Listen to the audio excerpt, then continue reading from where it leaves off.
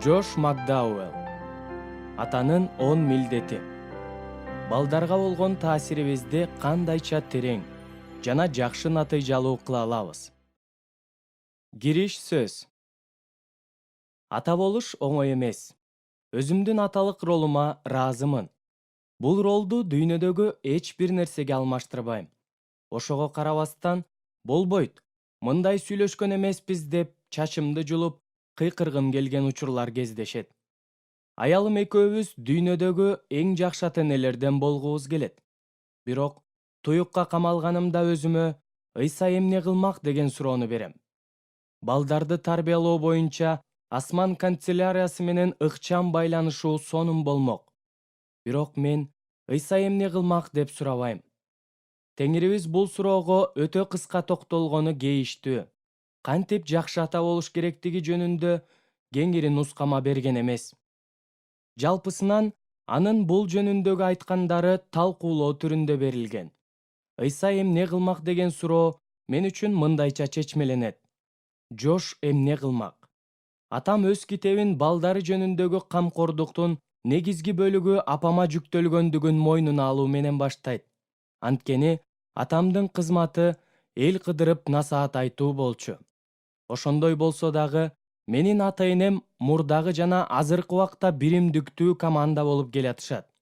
Бул команданын кемчиликтери бар беле? Албетте. Атам көп катачылыктарды кетирген. Аларды китебинин 1-бөлүмүндө мойнуна алып жазган.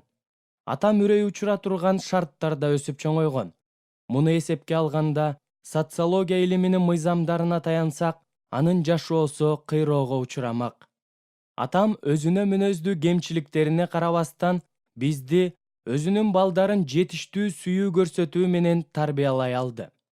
Мен дагы 3 баламды ушундай тарбиялоого жетишем деп үмүттөнөм. Ушул себептен атама бул китеби үчүн ыраазымын.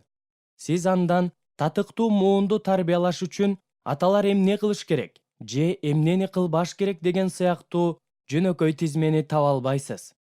Анткени баланы тарбиялоо менен тамак даярдоодогу чеберчиликтин же дем алыш күндөрүн пландаштыруудагы эпчилдиктин ортосунда эч жалпылык жок. Баланы тарбиялоо жөнөкөй айтканда оңой эмес экендигин ар бирибиз билебиз. Бул китеп атамдын жеке тажрыйбасындагы каталары жана ийгиликтери жөнүндөгү ыйык китептеги чындык жана кээ бир практикалык сунуштар менен коштолгон күбөлөндүрүүсү. Атам өз жашоосундагы кыйынчылыктарды кантип жеңгендиги жөнүндө чын дилинен айтып бергендиги мен үчүн баалуу. Бул аудио китепте атам ар убактагыдай эле өз ишениминде бекем турат. Үй бүлөсүн талкалаган аракеч атасы жана өзү бала кезинде сексуалдык зордук зомбулукка туш болгондугу жөнүндө айтып бергендерин көп ирет уккам. Келлини колума алганымда тизелерим бүгүлчүдөй сезилди. Ата болгонумду ошондо түшүндүм. Бирок ата болуунун маанисин анда элестете алган эмесмин. Бирок атамдын бала кезинде канчалык азап тартканын жакында эле болгон үй бүлөлүк майрамдын убагында сезе баштадым. Апам өзүнүн бала чагында болгон күлкүлүү окуяларды айтып, биз менен бөлүшүп отурду. Ошондо карындашым атамдан анын балалыгындагы тамашалуу учурларды айтып беришин суранып калды. Бир азга созулган жымжырттыктан кийин атам менин балалык чагымда эске түшүрө турган бир дагы кубанычтуу нерсе болбоптур деди. Эмне үчүндүр анын ушул сөздөрү жүрөгүмдү өзгөчө жаралады. Атам бир дагы үй бүлөлүк кубанычтуу окуяны эсине түшүрө албады. Мен кайгыга баттым. Ошондой болсо дагы ондогон жылдар өттү. Атамдын азаптуу балалыгы анын бүгүнкү күндө сүйүктүү үй бүлөсүнүн кучагында отурушуна тоскоолдук кыла алган жок. Ал буга кандайча жетише алды? Эгерде ушул суроонун жообу сизди кызыктырса, анда бул аудио китеп сизге арналган.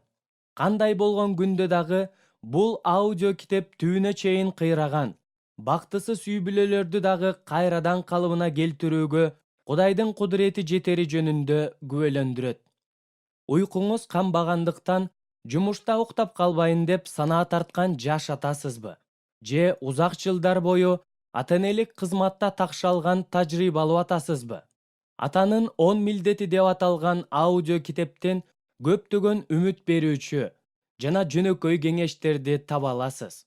Аудио китепти угууда сизди жагымдуу маанай коштосун. Шон Макдауэлл